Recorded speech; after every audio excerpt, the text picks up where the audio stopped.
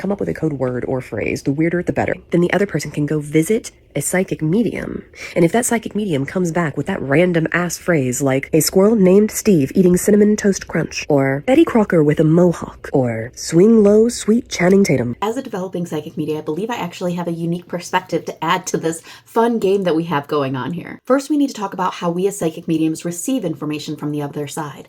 I believe there's somewhat of a misconception that we're basically sitting here playing tea party. They say something to us, we say it to you like a telephone, and it just goes back and forth. And that's really not how it works, at least not for me. The way I receive is that I see images in my head, and they're going to use my library of information from my life to try to get their information across. So I may see in my head fireworks and kind of figure out, oh, well, we just had the 4th of July fireworks. I just recently saw a burnt hot dog, and it turned out that they loved burnt hot dogs, or very well done hot dogs. I may also feel impressions of their emotions, who they used to be, how they used to react and respond. I will see pictures in my head of the different hobbies and things that they liked. I may also feel emotions of apology and love and gratitude. I sometimes hear words that flit in every now and again, and oftentimes I'll smell something. It's very well known that I have a tendency to smell lemon pledge when they're talking about cleaning, or I'll taste lemon pie. I'll see a picture of a pie in my head. This is the way that those on the other side use my vocabulary from my life and my world to tell you a little bit about what they want to say from their life and their world. Once I receive these pictures, these words, these impressions, it's my job to take this information and hand it over to you, and have you kind of then take it and figure out what they're trying to say. So in response to this very funny video, which is great, my mom sent it to me. Thanks, Mom. If we're doing, for example, Betty Crocker with a mohawk, something that may come through to me is I might see a cookbook, and I will have to say, I'm seeing a cookbook. Does this make any sense to you?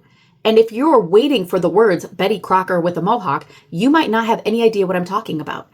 If I'm lucky, they will show me I actually have a Betty Crocker cookbook. So they may actually show me my Betty Crocker cookbook and then hopefully zoom in on the Betty Crocker so I can say, Betty Crocker, do you understand what this means? And then it's up to you to be like, oh my God, that's what they're trying to say. Or they may show me Channing Tatum, and I have to be like, they're showing me Channing Tatum. Do you understand why they're showing me Channing Tatum? But I honestly, the swing low, sweet Channing Tatum is probably not going to come out of my mouth, but I will do the best that I can to get to where we need to be. I have had it where I've done a reading and they're showing me under a bed, under a bed, under a bed. And I'm like, why am I seeing? And I'm telling them I'm seeing under a bed. I'm seeing under a bed.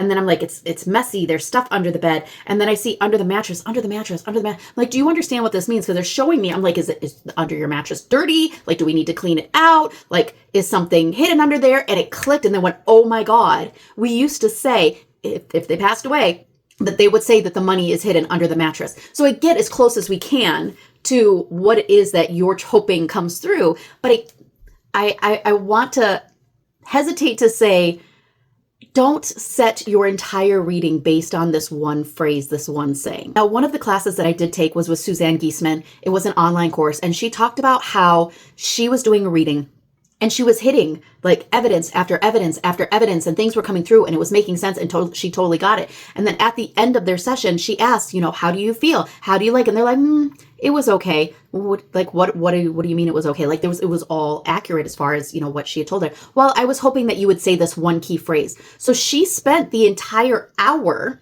the sitter, the client, spent the entire hour, the entire time waiting for this one phrase and missed out on all this beautiful evidence that her loved one brought through, all because they were waiting for this one specific silly phrase or whatever it was that they brought through. She missed it. Thankfully, we did find out after the fact that she got the recording. She went back, she re-listened to the recording. She loved everything. Like, she felt really heartfelt about it, felt really good about it. She sent her an email, thanked her up and down, left and right. Like, it was good. But don't miss out on a beautiful, beautiful reading and moment with your loved one, all because you're waiting for a phrase or a word or a specific code thing that you set up beforehand. I mean, yes, it may come through. It very well may come through, but don't miss out on all the beauty that can come through a reading because of a phrase. I've now gone to school at Arthur Findlay. I've taken this class with Suzanne Giesemann. There is a whole list. We have a whole list of things that we're really shooting for, hoping will come through to really prove to you that your loved one is still on the other side, that they're still here, that they're still watching, that they're still listening, that they're still involved, right? And yeah, just sink into that. Sink into, I would rather have all of this, all of these things, than maybe a code word. Just putting that out there.